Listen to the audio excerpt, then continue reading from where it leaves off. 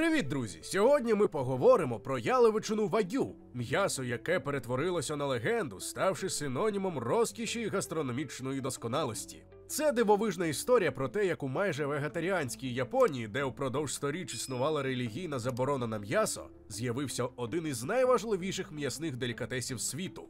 Ми розберемося, чому всупереч стереотипам вагю – це вже давно не лише японська історія, а глобальний феномен. І найцікавіше, чи існує українське вагю і чому воно має повне право так називатися? Розплутаємо цей кубик мітів, історії, генетики і великих грошей. На секунду зупинімося і нагадаємо, що наша команда запустила новий канал Джордано. Якщо вам цікаві загадкові сторінки історії, про які не розповідають на уроках, та й просто не любите нудьгувати, то підпишіться, посилання є в описі до відео. А якщо маєте можливість підтримати нашу роботу, то посилання на банку теж є в описі до відео. Проте просимо донатити лише якщо ви вже підтримали ЗСУ і можете підтримати і нас якоюсь гривнею. Дякуємо! Хоча ми паралельно робимо відео про історію японської кухні, варто зазначити вже зараз. М'ясо в Японії почали їсти відносно недавно. А от корови на японських островах з'явилися тисячі років тому, хоча й вигляд мали геть інакший. Утім, за однією з версій, їх завезли з території сучасних Китаю і Кореї. Та хай би ким не були їхні предки, а на м'ясо цих тварин ніхто не полював. У 7 сторіччі імператор Тему, перебуваючи під впливом буддизму, законодавчо заборонив вживати м'ясо будь-яких тварин. Саме тому на японських островах корів не їли, а запрягали у плуг. Вони були винятково тягловою силою, витривалими і спокійними робітницями на рисових полях. Ця заборона була настільки суворою, що у певні періоди за її порушення могли навіть стратити. Цю багатовікову заборону зняли аж у 19 сторіччі, коли Японія після довгої ізоляції відчинила свої кордони для іноземного впливу. Разом із іноземними товарами і технологіями до країни прийшли й іноземні звички, і головна з них – любов до м'яса. Іноземні фахівці, які приїжджали працювати з тривалими контрактами, не збиралися відмовлятися від звичних стейків і ростбіфів. Японці мусили поступитися, а незабаром і самі розсмакували м'ясо.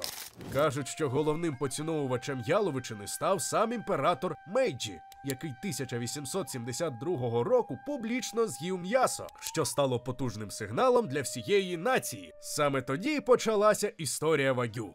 На той час у Японії вже існувала примітивна селекція. Фахівці обирали корів із найліпшими робочими якостями, створюючи племенні лінії, які називали цуру. І у одній з таких ліній у місті порту Кобе народився бик на ім'я Таджірі Го. Легендарний пращур більшості сучасних корів вагю, та його унікальні властивості виявили абсолютно випадково. У Кобе перебувало повно іноземців, які сумували за яловичиною. Для них місцеві почали забивати місцевих корів, яких сторіччями виводили задля витривалості і спокійного характеру, а не смаку. І раптом виявилося, що крім сили, вони мають іще одну неймовірну рису – надзвичайно ніжне м'ясо, пронизане тонкими прожилками жиру. Сьогодні ця порода відома як таджіма, чи японська чорна корова. Саме термін вагю спочатку означав просто японська корова. Це ще не було те елітне м'ясо, яке ми знаємо сьогодні. Почавши розводити корів на забій, японці швидко зрозуміли – місцеві породи програють іноземним у головному бізнес-аспекті – у масі. І тут на допомогу прийшли європейські селекціонери. Масу корів удалося збільшити, проте з'явилася проблема. Бички-гібриди ставали агресивними і норовливими. Тому програму, розпочату 1900 року, японський уряд згорнув за кілька років, заявивши, що всі цілі були досягнуті. Ну, уряди люблять так діяти. Наприкінці 1950-х років з'явилося сучасне визначення вагю. Це м'ясо однієї з 4 гібридних порід – японської чорної, японської коричневої, японської безрогої чи японської шортгорнської. Сьогодні у світі залишилося лише 2 оригінальні породи, які ніколи не схрещувалися з європейцями – Мішіма і Кучіношіма. Та знайти їхнє м'ясо майже неможливо через надзвичайно змаліле поголів'я. У сучасній Японії вагю – це національний скарб, який захищають на державному рівні. Що не дивно, це робить будь-яка влада у будь-якій країні. від трюфелів до шампанського, від хамону і прошутто до коньяку. На упаковках вагю ви можете побачити маркування на взірець А5, Б5 тощо. Це складна система класифікації літер ABC. Це відсоток чистого виходу м'яса з туші. А цифра від 1 до 5 – це оцінка якості за кольором, пружністю і текстурою. Окремо існує шкала мармуровості BMS від 1 до 12. Найвищий грейд А5 означає, що м'ясо має оцінку мармуровості від 8 до 12.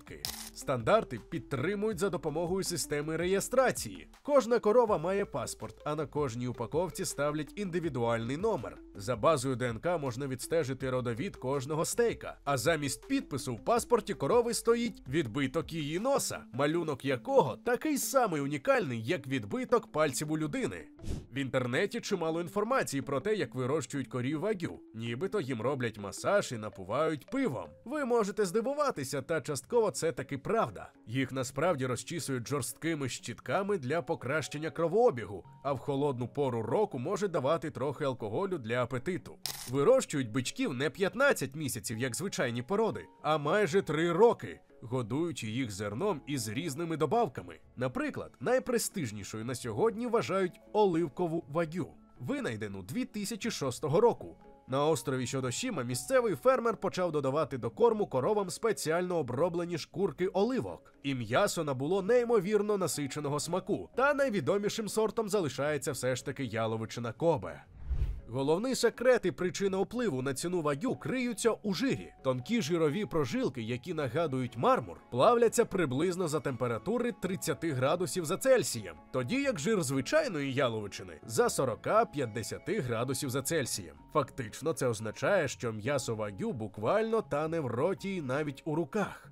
Окрім того, цей жир набагато корисніший. Він містить високу концентрацію мононенасичених жирних кислот, зокрема олеїнової кислоти, яка також міститься в оливковій олії. Її вважають корисною для серця. Інша унікальна риса – це характерний солодкуватий аромат, схожий на запах персика чи кокоса. За нього відповідають особливі хімічні сполуки – лактони, які при нагріванні лише посилюють свій аромат. Традиційно в Японії вагю їдять у стравах сукіякі і шабу-шабу, де найтонші скибочки м'яса на мить занурюють у гарячий бульйон. Також із нього готують гюдон – скибки яловичини поверх рису та такі із сашимі. Японці наполягають, справжнє вагю – це м'ясо, вирощене лише на території Японії. Вони навіть висували кримінальні звинувачення проти людини, яка намагалася вивезти до Китаю запліднені яйцеклітини корів вагю. Та решта світу з цим не згодна.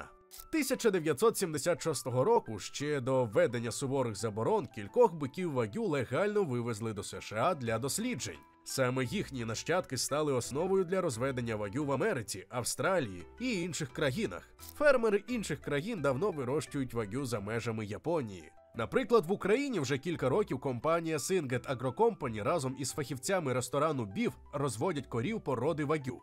Вони схрестили голштинську корову і чорного японського бичка, отримавши так званих крос-вагю. Таке м'ясо також високо цінують, а в середовищі експертів його вважають частиною глобальної категорії вагю.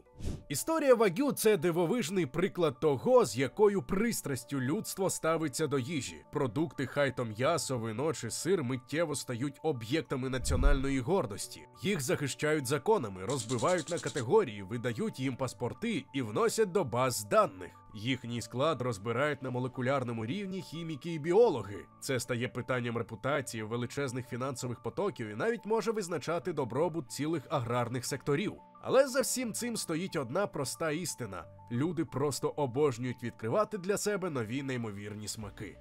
Якщо цей випуск виявився для вас смачним, то обов'язково дайте знати нам про це у коментарях до відео. А ще напишіть, про який цікавий продукт ви б хотіли дізнатися у наступних випусках.